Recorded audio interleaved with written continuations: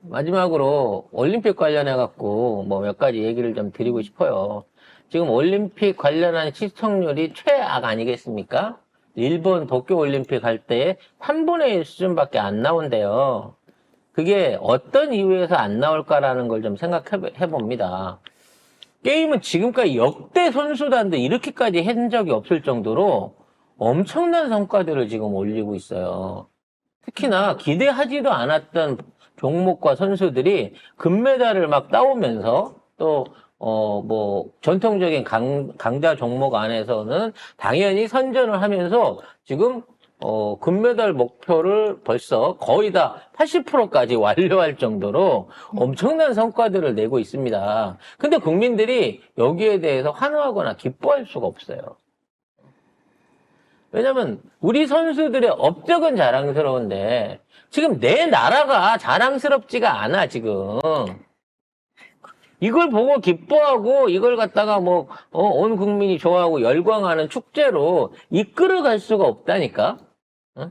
그만큼 지금 국내 정세에 대한 국민들의 불만이 엄청나게 커진 거예요.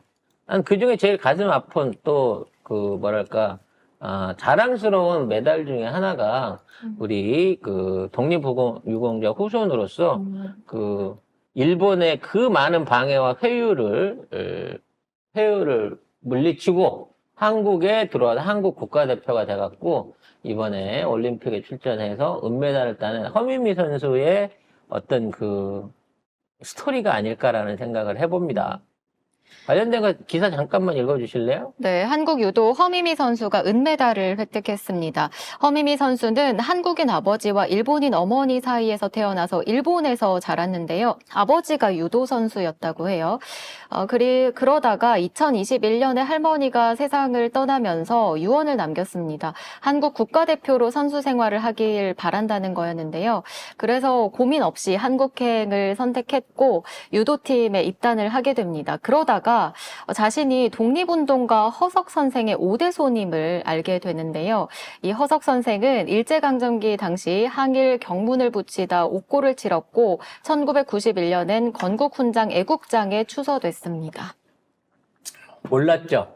한국을 오기 전까지만 해도 독립유공자의 후손이라는 걸 몰랐는데 한국에 와서 알게 된 거예요. 근데 그 과정 중에서 세세히 들여다보면 일본에서 좋은 조건으로 귀화나 아니면 일본에서 대표 선수에 관한 제안을 그렇게 많이 받았는데 그럼에도 불구하고 모든 게 손해인데 심지어 그렇게 막 썩 잘 반겨주거나 환대해주지도 못하는 조국이었는데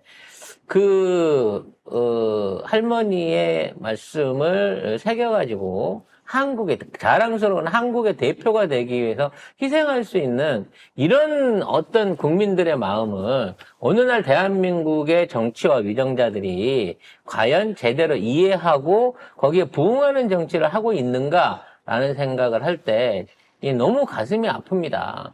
면면이 드러나고 있는, 저희도 이런 말을 하는 저희가 정말 너무 힘들고 가슴이 아픈데 이러한 얘기를 할 수밖에 없는 현실이 너무 안타까워요. 도대체 언제부터 이 나라가 이렇게 무너졌나, 이렇게 쓰레기 같은 나라가 됐나라는 자괴감이 듭니다.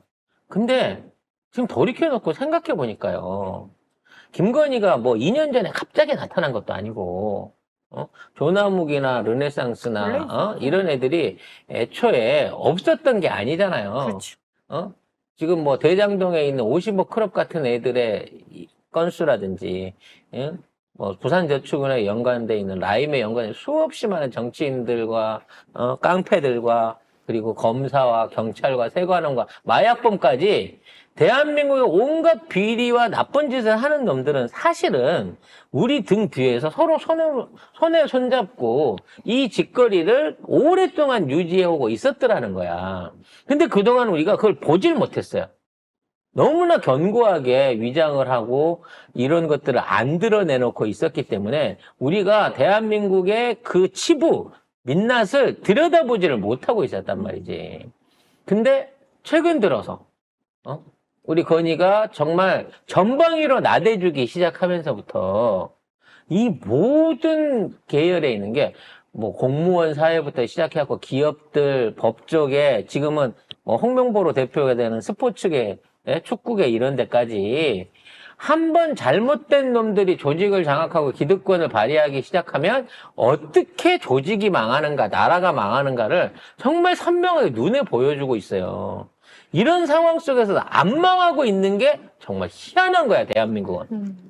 그걸 망하지 않게 하는 건 뭐냐면 나라를 아무리 좀먹고 나라를 아무리 더럽히고 망가뜨리는 저 기득권 세력이 있더라도 이 나라를 지키는 근간과 뼈대는 이 나라에 있는 수없이만 5천만 넘는 우리 국민들, 서민들, 그리고 법을 지키고 정의를 사랑하는 우리 일반인들의 버팀목이 됐기 때문에 이 나라가 아직까지 안 망하고 있는 거예요. 그럼 다른 나라 같은 벌써 IMF로, 내전으로, 전쟁으로, 아니면 경제적 침탈에 의해 가지고 이미 이 나라 여러 번 망가지고도 남았을 것 같다는 생각이 들어요. 그래서 역으로 말하면 지금 우리가 이러한 비리를 아는 이상 우리나라는 다시 되살아날 수 있다고 생각합니다. 이 정도는 죽지 않아. 온 나라가 다 썩어서 다 암에 걸려 있고 막 온 조직들이 다 썩어 문드러진 것 같지만 그래도 우린 죽지 않아요. 대한민국은. 한민족은 죽지 않습니다.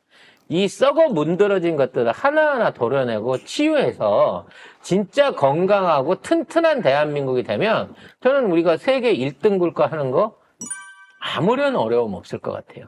우리가 석유가 없어도 돈이 없어도 인구가 적어도 대한민국이 세계 중심에 설 수 있는 힘은 진짜 정의롭고 현명하고 행동할 줄 아는 우리 대한민국 국민들이 있기 때문이 아닌가 하는 생각이 듭니다.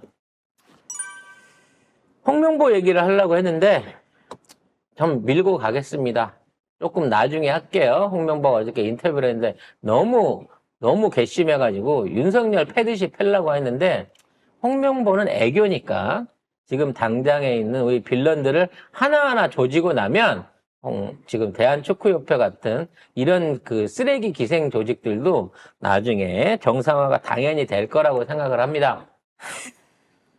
여러분이 열받으시겠지만 이런 나라에서 태어난 거를 뭐 후회하실 수도 있겠습니다만 이런 부조리를 바로 잡을 수 있는 그 시기에 우리가 있고 그 주역이라는 점을 생각하시면서 조금만 더 힘내주시고 지금 민주당에 멸렬하고 있는 민주당과 의회에 힘을 좀 보태주시면 반드시 저자들을 탄핵하고 바른 정의를 세우고 제대로 된 대한민국을 만들 수 있을 거라고 여러분 기대하셔도 좋을 것 같습니다.